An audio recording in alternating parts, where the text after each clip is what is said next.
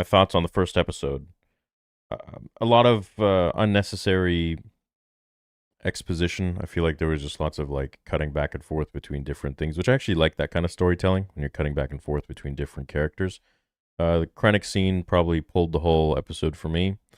I like seeing the intricacies of the Empire from Krennic speaking.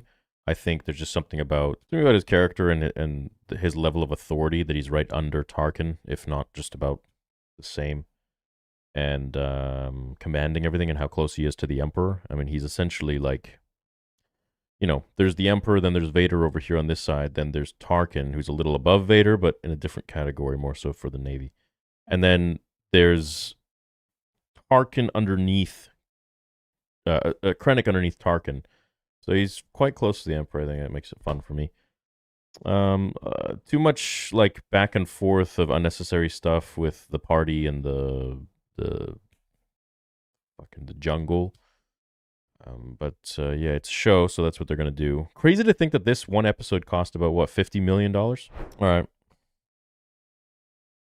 my God, let me just say, so far, so much talking, so much. Yeah, 40 million episode to yap. If that means like, and I'm seeing the same sort of rhetoric that I got when I was defending the prequel trilogy. If you don't, if you like the prequels, it doesn't mean you understand. It means you don't like good acting. Or no, what the fuck did they say?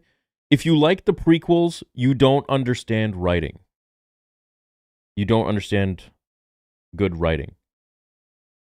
Some shit like that. Basically, if you like the prequels, it's because you like shitty writing. I see the same thing in the comments here. If you don't like this show, it's because you don't understand good writing. Essentially the inverse. And it's like,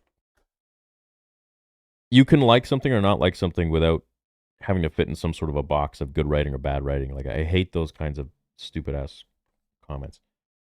So far, dude, it's just, this show is so goddamn fucking boring. I'm serious. It's, for me, like, this is just very boring show. That means I don't understand Star Wars, whatever. Like, all right, go, like, okay, whatever, dude. But so far for 2 episodes, equating to $100 million, very boring.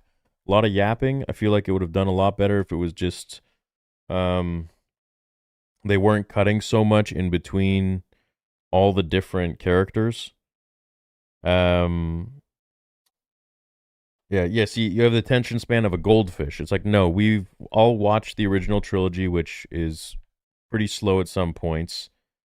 So don't even go there with that kind of elitism bullshit. The first 2 episodes are very slow. Okay, we just spent 2 hours for the guy to be in between some sort of like a warring tribe of the same goddamn tribe over like bullshit. Uh, and he's held captive, and then he just escapes, and then he just flies away. It's like, this is so. The rest is just all yapping, yapping, yapping. Like, goddamn. Hey, happy if some people enjoy it. Listen, I'm always gonna be real with my opinions. Boring, boring. Maybe it'll get better, but in the words of Rich Piana, boring. Oh, okay, nice ending. Wow, yeah. That's not Star Wars. what, what do I even say? Like, you know what that looked like? You know when they have those games, those video games, and then mods come in, and then they put like a Star Wars skin on it, but it's not Star Wars. It's just got a Star Wars skin. That's what this show feels like to me.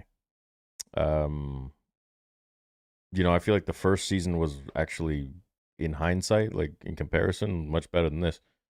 Um, Really weird feeling, like just uncomfortable. Putting grape in Star Wars is very unnecessary. I understand you're trying to make people hate the Empire, but I feel like we already do. Like, we know they're bad. George Lucas has like made that very clear that they're bad. The Emperor's bad, Vader's bad.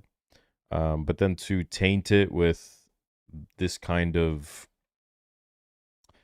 scene is just unnecessary. Like, really, frankly, it's unnecessary.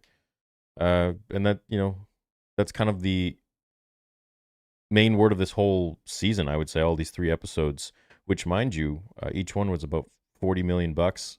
equates to $120 million, which is more than the entire budget of the Obi-Wan Kenobi show, which is actually quite unfortunate to see, considering that they are the most important characters in Star Wars.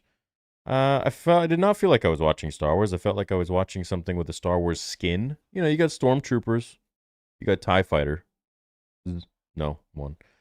Um, but that's it, you know, and that's how I felt about Andor as well. The first season, it's like, yes, very cinematic, very nice costumes, very nice. The music was okay in some of it, nice acting, but just tons of dialogue, unnecessary dialogue too, that really doesn't further the plot of what George made or Star Wars or expand the universe that we need to know about. It's just fluff, like it's a show meant to prolong the episode in the runtime and just go on and on and on so they can fill that slot of, okay, we got one episode done, 40 million bucks, next episode 40 million, next episode whatever. And I say that because it's $750 million for 2 seasons of Andor, meaning that if we split them, you know, the first one was 250 million apparently, which means that this one was 500 million just on the numbers that are online.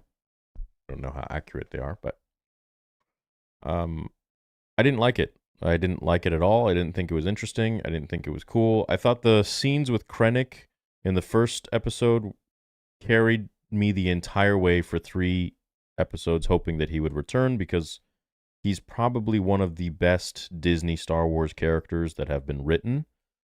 Not just for his authority, but you know, Ben Mendelsohn is a great actor, and I think he was made for the role. He does a great job. I feel like in every movie he's in, you know, Ready Player One, he did a great job. This show, you know, is very boring, very slow, and you know, I'm a kid of the '90s, so I'm not one of these iPad kids where I need things to be like super fast and quick. I understand exposition. I understand being patient, watching a show, and letting it, you know, accumulate and marinate, build the story, build the plot. I mean, episode 4, for God's sakes, is all that. Um, but yeah, this a lot of unnecessary bullshit in there. What did you guys think? Wrong music, no plot, sexual violence, fan service. Yeah, well, you should. We've seen that he has like weird, like a weird sexual. He likes to put sexual tension in there, but in a weird way. Like you remember in the first season where Cyril kind of puts Daedra in a corner or whatever in this like weird control room, electrical room, whatever. And it was just had a weird feeling. Like this guy's been like he's predatorial, like he's been kind of just spying on her the whole time. And now they're dating. And then he puts this in there with grape. I mean, you don't need to put that in there. It just taints the vision of the empire. And I don't think that's something that, you know, you can make people hate someone in different ways than having to go that far, you know? So, anyways, I didn't like it. But if you guys did, cool.